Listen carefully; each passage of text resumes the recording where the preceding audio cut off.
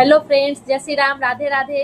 Welcome to my YouTube channel BPSC study with Kajal. कैसे हैं आप सब? उम्मीद करती हूँ कि बहुत ही ज़्यादा अच्छे होंगे और अपनी पढ़ाई में मन लगा के लगे होंगे। तो मैं एक बहुत गुड न्यूज़ लेके आई हूँ। और ऐसे तो देखा जाए तो जो इसके लिए एक्टिव नहीं है उसके लिए कोई फ़र्क नहीं पड़ेगा, लेकिन जो लोग एक्टिव हैं, जो लोग अपने फ्यूचर में कुछ करना चाहते हैं, उनके लिए बहुत बड़ी गुड न्यूज़ है ये। और ख़ासकर वो लोग जो पीजी कर चुके हैं। तो फ्रेंड्स, बिहार में बहुत बड़े स्तर पर असिस्टेंट प्रोफेसर की बहाली आने जा रही है। तो क्या क्या उसका एलिजिबिलिटी है, क्या उसमें चाहिए, वो सब मैं अभी बताऊंगी आप लोगों को।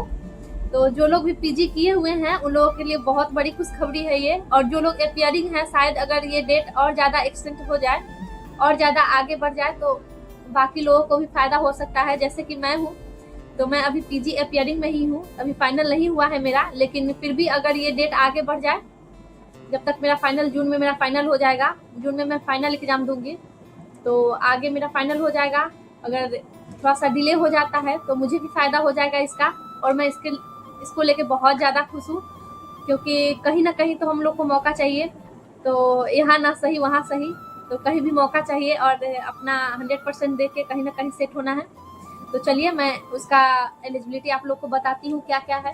तो इसमें सबसे पहले कि पीजी आपका फाइनल होना चाहिए और बिहार लेट का एग्जाम होगा उसमें, जिसमें एस लेट है शायद, उसका नाम मैं बताती हूँ अभी।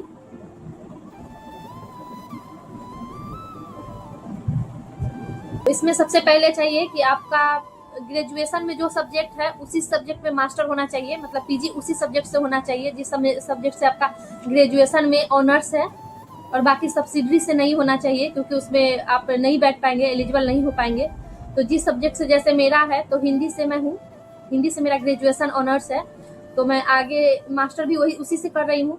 तो मैं इसके लिए एलिजिबल हो सकती हूँ अगर टाइम पे मेरा कंप्लीट हो गया पीजी।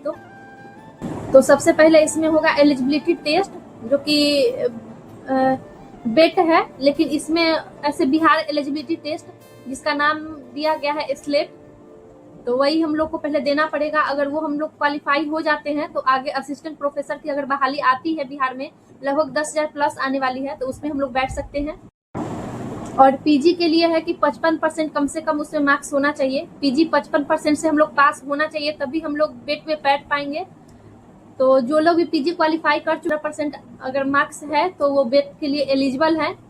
अभी मैं फिलहाल नहीं हूँ, लेकिन अभी देखते हैं आगे क्या होता है। अगर डिले हुआ तो मैं वो भी हो जाऊंगी एलिजिबल। और ग्रेजुएशन में मुख्य विषय से ही आप ग्रेजुएशन किए हैं उसी में मास्टर होना चाहिए। जैसे कि अगर जो साइंस से है, साइंस से जूलॉजी से अगर ऑनर्स किए हुए हैं तो उनका मास्टर भी उसी सब्जेक्ट से आगे होना चाहिए। अगर मैं हिंदी से हूँ तो मेरा मास्टर हिंदी से होना चाहिए। तो मैं वैसे ही हूँ, ऐसा नहीं है कि बीपीएससी में है कि आप सब्सिडरी वाले सब्जेक्ट से भी आगे जाके टीचर बन सकते हैं। जैसे हिंदी में है तो सब्सिडरी विषय अगर 3 साल आप पढ़ चुके हैं ग्रेजुएशन में, तो आगे जाके आप ऑनर्स नहीं है फिर भी एलिजिबल हो सकते हैं आगे।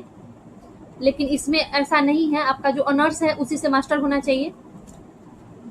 अगर आप ये बेट क्वालिफाई हैं फिर भी आप एलिजिबल हो जाएंगे बिहार में असिस्टेंट प्रोफेसर बनने के लिए। अगर आप बेट पास नहीं है, नेट भी पास है, जैसे यूजीसी नेट जो हुआ वो अगर पास है आप, तो आप आगे असिस्टेंट प्रोफेसर बनने के लिए एलिजिबल हो जाएंगे बिहार में। अगर मान लीजिए आप बेट और यूजीसी नेट दोनों में से कोई क्वालिफाई नहीं है, अगर फिर भी अगर आपके पास पीएचडी का डिग्री है और उसमें कुछ है क्राइटेरिया जो आप पास होना चाहिए, उसमें शोध वगैरह आप किए होंगे, 2 चीज का है उसमें, तो वो अगर आप किए होंगे तो आगे जाके आपको यूजीसी नेट या फिर बेट देने का कोई जरूरत नहीं है, डायरेक्ट आप असिस्टेंट प्रोफेसर की बहाली में बैठ सकते हैं। इसका एग्जाम जो होने वाला है वो कि जो यूजीसी नेट का पैटर्न है उसी के हिसाब से होने वाला है, जिसमें से 200 नंबर का खुद का सब्जेक्ट होगा और 100 नंबर का होगा जिसमें जीके जीएस होगा, कुछ नंबर का रीजनिंग होगा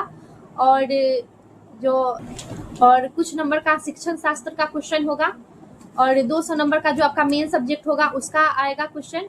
और सब फ्रेंड्स, जो लोग पीजी कंप्लीट कर चुके हैं वो लोग खुश हो जाइए और अपने आगे की तैयारी में लगिए, क्योंकि आप लोग को पता ही है कि फर्स्ट वैकेंसी जो बिहार में आती है उसका क्या हाल होता है। तो बहती गंगा में हाथ धोने के बराबर होता है और इतना भी आसान नहीं होगा। यूजीसी नेट से थोड़ा सा हल्का होगा क्वेश्चन इसका, लेकिन फिर भी अपनी तैयारी को मजबूत कीजिए, अभी से एग्जाम में लग जाइए। मैं तो अभी नहीं कर रही हूँ तैयारी, क्योंकि मेरा पीजी अभी कंप्लीट नहीं हुआ है। अगर फिर भी इस एग्जाम में डिले होता है, मेरा पीजी का एग्जाम हो जाएगा, फिर मैं तैयारी में लग जाऊंगी। और बाकी आप लोग को जो भी अपडेट होगा इसका मैं बताऊंगी आप लोगों को। मैं तो फिलहाल बहुत खुश हूँ, क्योंकि मेरा अब 1-2 मंथ बाद लगभग एग्जाम, अभी मेरा असाइनमेंट जमा होने वाला है पीजी फाइनल ईयर का, और उसके बाद मैं एग्जाम दूंगी और उसके बाद एलिजिबल भी हो जाऊंगी। 1-1.5 महीने बाद उसका रिजल्ट आ जाता है, तो लगभग जुलाई या अगस्त के टाइम तक मेरा पूरा क्लियर हो जाएगा पीजी। तो उस टाइम तक अगर नहीं आता है तो मैं, और अच्छा है कि मैं इसमें बैठ पाऊंगी। अगर उससे पहले आ जाता है तो जो फ्रेंड्स पीजी कर चुके हैं उनके लिए कॉन्ग्रेचुलेसन्स, आप लोग तैयारी में लगिए और ऑल द बेस्ट तैयारी के लिए।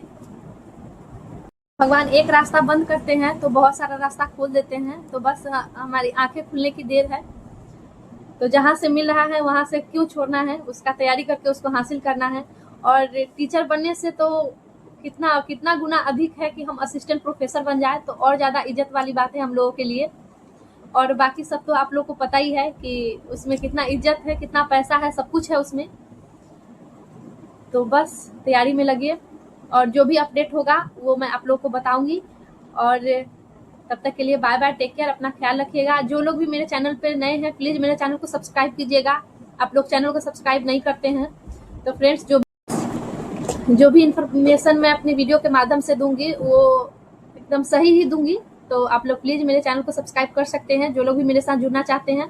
तब तक के लिए बाय बाय, टेक केयर, अपना ख्याल रखिएगा। Thank you.